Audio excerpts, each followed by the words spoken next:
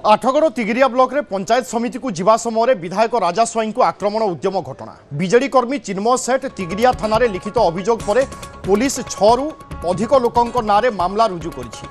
विरोधी दल नेता नवीन पट्टनायक मुख्यमंत्री को चिठी लिखा पर बीजेडी नेता तथा टांगी विधायक प्रशांत बेहेरा प्रतिक्रिया रखिंट पुलिस उपरू वर्तमान भरोसा तुटी जाइछि। आठगड़ तिगिरिया ब्लॉक रे पंचायत समिति को जीवा समय विधायक राजा स्वाई को होइथिला आक्रमण बीजेडी कर्मी चिन्मय सेठ तिगिरिया थाना रे संक्रांत रे लिखित अभियोग करिबा परे पुलिस 6 रु अधिक लोकों नाँ मामला रुजु करिछि। आउ एपटे विरोधी दल नेता नवीन पट्टनायक मुख्यमंत्री को चिठी लिखा पर बीजेडी नेता तथा टांगी विधायक प्रशांत बेहेरा प्रतिक्रिया रखिंट पुलिस उपरू लोकंकर भरोसा तुटी जाइछि। आठगड़ तिगिरिया ब्लॉक पंचायत समिति को जीवा समय विधायक राजा स्वाई उपरे आक्रमण उद्यम होइथिला तेबे यहाकु नै स्थानीय अंचल रे अनेक चर्चा मध्य होइथिला।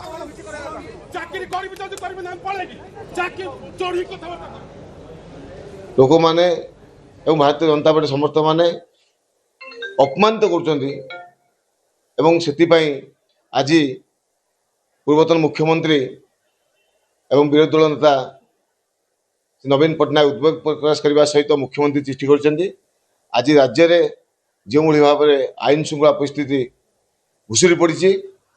एवं ए सरकार आसला पर आज नारी मान हत्या करागला। आज प्रत्येक दिन बाली माफिया पत्थर माफिया माने साधारण लोक मान जो विरोध कर कार हाथ काटी दिया का मुंड काटी दिया क्या पुलिस उपस्थित बाड़े बाड़े मारी दिया स्पष्ट भाव में प्रमाणित करुच्ची ए सरकार नैतिकता दृष्टि गोटे दिन रही अधिकार ना मुख्यमंत्री तुरंत जो मैंने सब कांड भिहाउं विरुद्ध में दृढ़ कार्यानुष्ठान ना उचित। ए संक्रांत अधिक सूचना पाई सुशांत साहू अच्छा आम प्रतिनिधि। सुशांत, पुलिस वर्तमान 6 जन को उठाई नहीं सूचना रोचे से कौन सब पुलिस जानापी पाइला किए षड्यंत्र करिथिला बा एभली उद्यम किए करुथिला? देखो विभो प्रथम मुझे कहीदेवा चाहे 6 रु ऊर्ध व्यक्ति विशेष मामला है पुलिस एपर्यंत क्या अटक रखी ना कि गिरफ करना एने आम आठगड़ एसडीपीओ एवं तिगिरिया थाना अधिकारी जोगाजोग करूँ से सूचना देते कि मामला बर्तमान तदंत चली तदंत पर चित्र स्पष्ट आसब ए घटना को नहीं वर्तमान केवल तिगिरिया नुहे राज्यव्यापी ए घटना को नहीं उद्वेग प्रकाश पाई। राजा स्वाई जी की 8 थर विधायक जड़े लोक प्रतिनिधि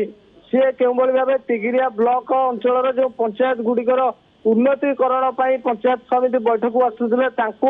जो भाव आक्रमण उद्यम करागला ताकू नहीं टांगी सालेपुर विधायक सी उद्वेग प्रकाश कर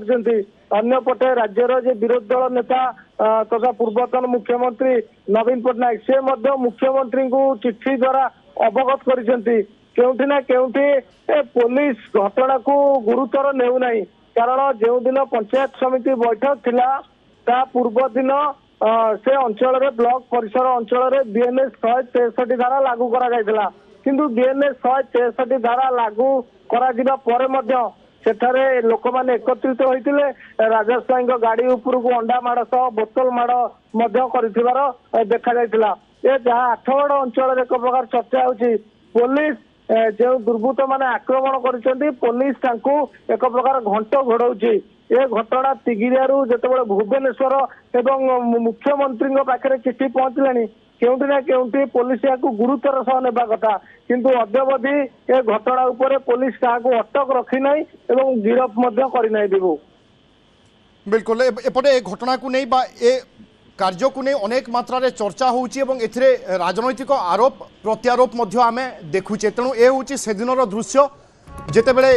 विधायक राजा स्वाई गाड़ी उपर को आक्रमण पर चेष्टा करा जायथिला एवं ए घटना रे वर्तमान सुधा पुलिस 6 रु अधिक लोकों नाँ मामला रुजु करथिले मध्य काहाकू अटक रखी नाही। धन्यवाद सुशांत।